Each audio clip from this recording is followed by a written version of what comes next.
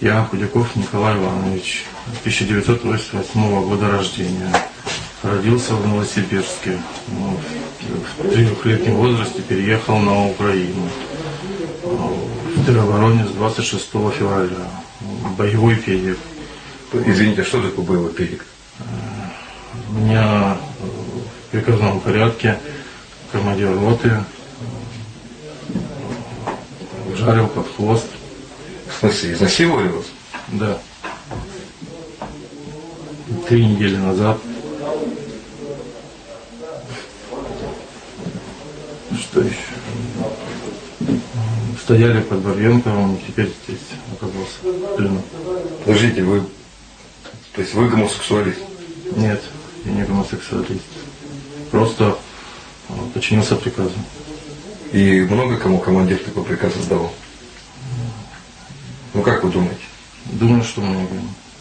Но мы не оговаривали, стеснялись. Позывной как командир роты? Призрак. Как зовут? Александр Юрьевич. То есть Я не помню. командир роты «Призрак» зовут Александр Юрьевич. Да. Рота какая? Вторая. Вторая рота? Да. А батальон? 120-й. 120-й батальон? Да. 113-я бригада. 113-я бригада, это чего бригада? ТРО. А? ТРО. Харьковское ТРО. Dejane, evo, mi smo imali ovde priliku da pogledamo ovaj snimak. Ne znam da li ste mogli i vi, a u svakom slučaju čuli smo ukrajinskog vojnika koji kaže da ga je redovno silovao njegov komandir. Objasnio da on nije homoseksualac, već da je izvršavao naredbu. Kakve sve naredbe postoje i šta se dešava sa ovim vojnicima? Imate li vi, čuli smo da je njegov ratni nadimak Avet, inače mi imamo ovde informaciju da te ukrajinske, ne ove, nego komandire zovu i nacistima, onda kijevsko hunta i tako dalje. Da li ste vi čuli za ovog komandira? Za to komandira nisam čuo. To je teritorijalna odbrana Harkova. Oni nisu učestvovali u nekim ratovima. Znači 113. brigada je u prvim borbama skoro sva se predala tamo na teritoriji Harkova, gde su naši, kako je čovjek popao u plen. Naši su na Harkovu krenuli, mnogo puta se, što bi bilo mnogima jasnije, ja gledao sam vašu emisiju gde je gostovao Dejan Vučić, čini mi se, da, Vučić. I čovek me iznenadio, zna neke stvari koje malo ljudi ovde u obaveštajnim službama zna, tako da verovatno je on pričao o tome u nekoj od prošlih emisija ili neko drugi, da se sada ruska armija više bavi taktikom nego direktnim pravolinijskim udarom na ukrajinske snage. Naprimjer, na teritoriji Harkova mi smo krenuli napred, zatim smo odstupili nazad i u medijima se govori da su Ukrajinci krenuli napred i da oni imaju uspeh. I oni šalju jedan bataljon napred u napad, onda ga naša artiljerija uništava, a mi pričamo kako imamo gubitke, pa onda oni šalju drugi bataljon, pa šalju treći bataljon i tako ih gube jedan za drugim.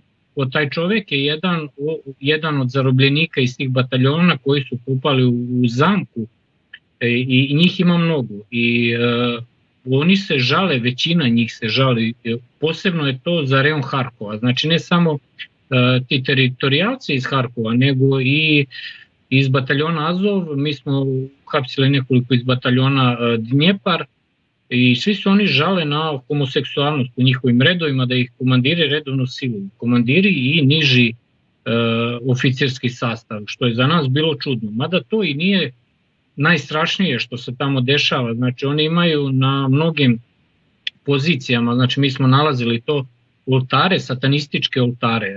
Šta više, mnogi od njih su imali tetovirane satanističke simbole, neko na rukama, jedan uopšte preko cijelih leđa, po nogama, ali stvarno satanističke simbole. I na tim oltarima je nalaženo mnogo krvi. Posle smo saznali da nisu žrtvovali samo naše vojnike, nego i da su svoje koji nisu im odgovarali, ne znam nijak kako bi to moglo ubiti svog vojnika tako što mu iskopaš oči, to je ne znam, za mene je to nenormalno, oni imaju tamo nekih ozbiljnih problema u glavi, čini mi se, tako da taj još i dobro prošao nesretnik. Onda bi možda jedan inače od glavnih ciljeva Rusije na početku operacije bila je ta denacifikacija, onda možemo da kažemo i desatanizacija, ali da li je taj cilj bar delimično ostvaren predajem Azovaca u Azovstalju? Znate šta, Azovci su samo jedan od bataljona koji imaju taj nenormalni poriv ubijati i maltretirati ljude. Ima još drugih bataljona koji su još gori od njih, na primjer bataljon Kraken, bataljon Donbas 1, Donbas 2, Ajdar, i uglavnom oni se trude da se ne zdaju u plen, da ne budu zarobljeni, zato što znaju šta su radili i znaju da ih čeka sigurno smrtna kazna, kao što su danas osuđeni ovi stranci tamo što su bili. I oni se bore do poslednjeg, a oni ne umeju da se bore, oni jako brzo poginu kad je u pitanju bliska borba. Tako da ta denacifikacija, ona ide punim tokom i ja mislim da će do kraja rata mnogo od njih biti uništeno, oni koji ne budu uništeni pobeći će na zapad, pa nek se zapad bori sa njima tamo. Hvala mnogo što ste govorili za aktualnosti. Dejan Berić govorio za našu emisiju i čuvajte se naravno.